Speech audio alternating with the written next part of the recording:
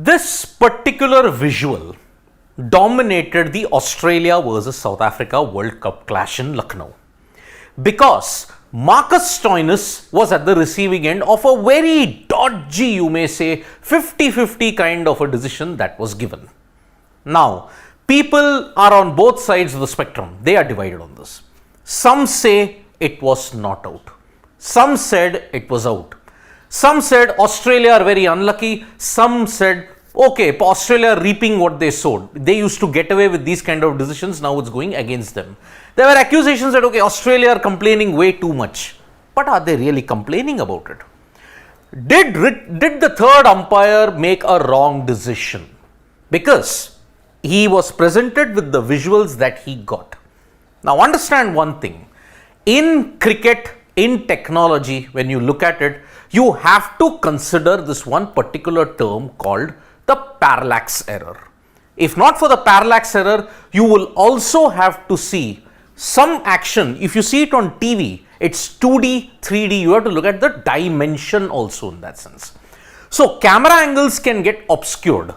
Maybe this came under that purview also. Now remember, you look at these particular instances, Rangana Herath, 2014 Lords versus England, Michael Kasparov, Edgbaston 2005 versus England. What was the same thing in both of them? There was a short ball down the leg side, Herath gloved it, Kasparov gloved it. But what is the other common trait in it? The common trait in that is one hand is off the bat handle in both the cases. Technically, even the players and the umpires are not aware of this particular rule sometimes in the heat of the moment because both came towards the fag end when the match was getting really tense. Technically, in both those instances, Herath and Kasparov should have been not out. Even here, if you look at it, how close is the glove, is the other glove? Stoinis, if you have to look at it, he argued for the fact that probably my one hand was off the bat, that's why I should be given not out. But the visuals that you see, especially on the right hand side, suggest that probably his hand was in contact, maybe just this particular instance. And when I point this out, if you look at a different camera angle, that is the parallax error that we are talking about. Because what does Rule 5.6 state of the MCC playing conditions when contact is made with the glove or with the bat?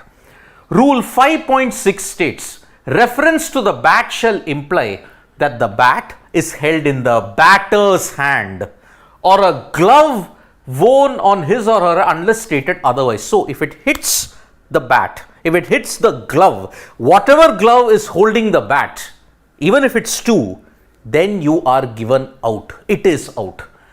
Contact between the ball and any of 5.6.2 or 5.6.2 is the bat itself, the batter's hand holding the bat, any part of a glove worn on the batter's hand holding the bat, and any additional materials permitted.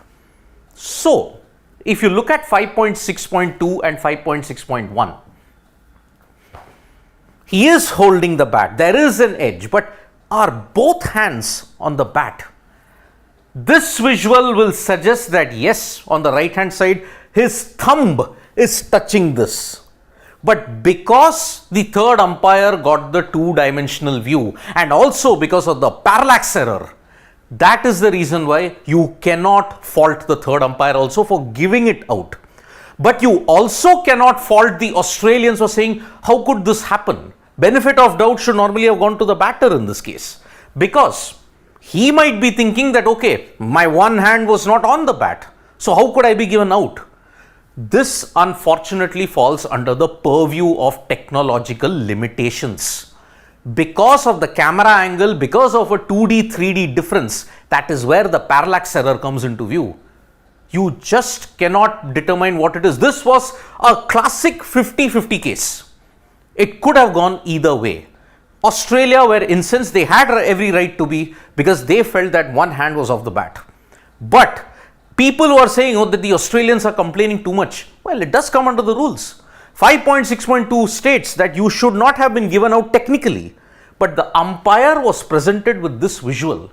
So what could he do about it? Once again, technological limitations have impeded cricket, and unfortunately, there is no solution for this. A parallax error is a parallax error. You have to then trust the judgment of the third umpire. The Australians have criticized the third umpire, which might not be warranted.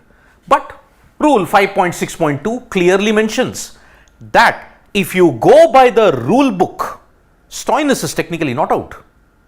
But the umpire was presented with that visual. So, it's yet again technological limitations, and Stoinis is indeed very unlucky in that particular instance. Thank you so much, folks, for joining us for this live. We'll be back with more updates on sports today. Tap that bell icon so you know when we go live, and don't forget we are on Facebook, Twitter and Instagram as well. Thank you.